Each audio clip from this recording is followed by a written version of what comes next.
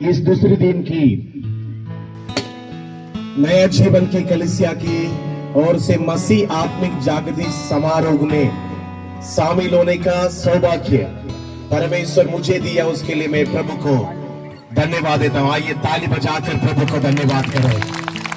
Hallelujah शबा रहमना शिकारबा।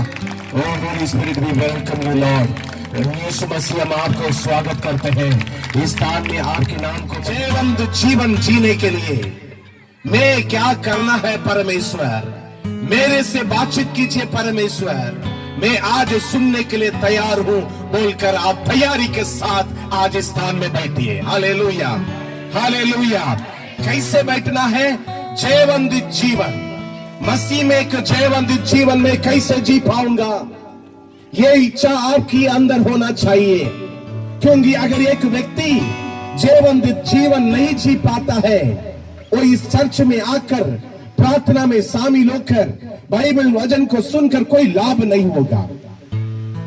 आपके बच्चे लोग को आप PP1 क्लास में छोड़ते हैं ना, छोटे बच्चों को, और उसके बाद नर्सरी के बाद और फर्स्ट स्टैंडर्ड, सेकंड स्टैंडर्ड, तीसरी स्टैंडर्ड, चौथी स्टैंडर्ड, पांचवी स्टैंडर्ड, ऐसे करके बढ़ाते जाते हैं। आपके बच्चे लोग नर्सरी में पढ़ रहे हैं, तब भी आपका बहुत चिंता रहता है, मेरा बेटा होमवर्क नहीं किया है, मेरा बेटा होमवर्क नहीं किया, मेरा बेटा पढ़ाई नहीं किया।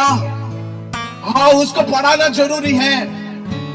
सुबह से लेकर शाम तक वो स्कूल पढ़ता है, शाम को आते हुए उसको हम कहां भेजते हैं? ट्यूशन। क्या के लिए भेजते हैं? बोलिए, क्या के लिए भेजते हैं स्कूल? पढ़ाई करें और एग्जाम में पास हो जाए।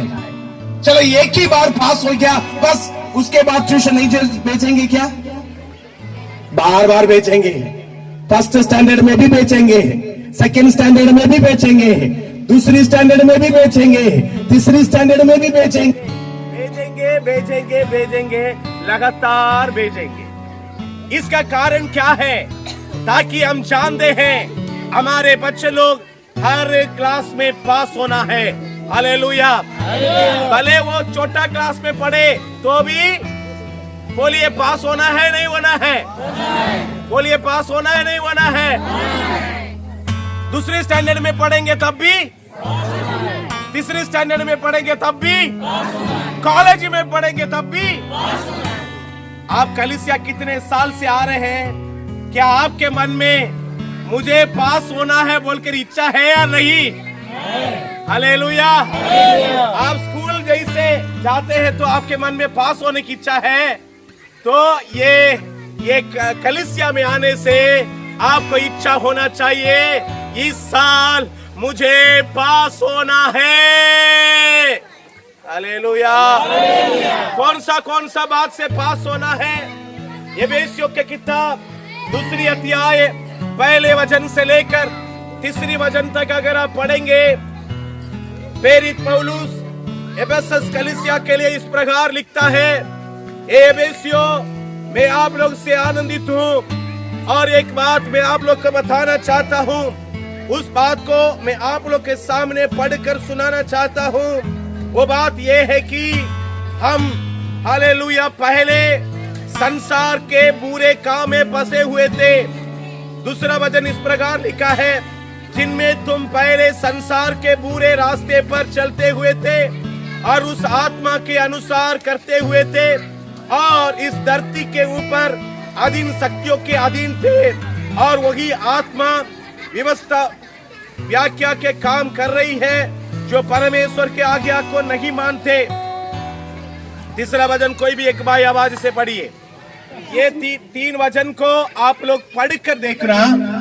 वहां पर लिखा है, कलीसिया पहले 3 बुरे बातों से घेरे हुए थे, 3 विरोधियों से घेरे हुए थे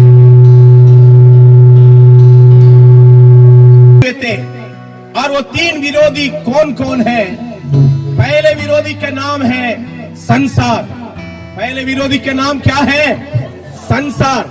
सभी लोग बोलिए, मसीह लोगों का, प्रभु को मानने वाले लोग का पहले विरोधी कौन है?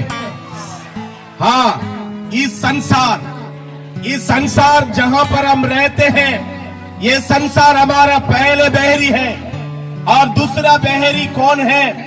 हमारे विरोध में कार्य करने वाला शरीर, हमारे स्वयं का शरीर ही हमारे विरोधी है, हमारे आत्मा का बहरी है।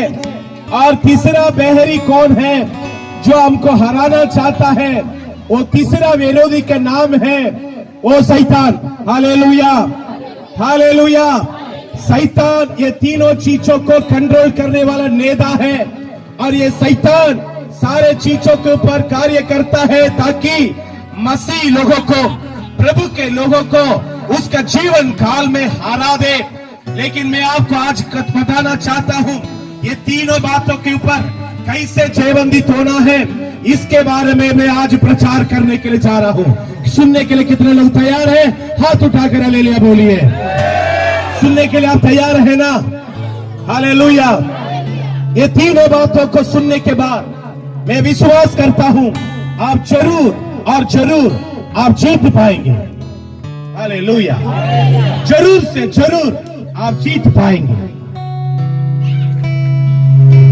अज्ञानता ही एक व्यक्ति को इस संसार में जयवंदित होने में रुकावट डालती है।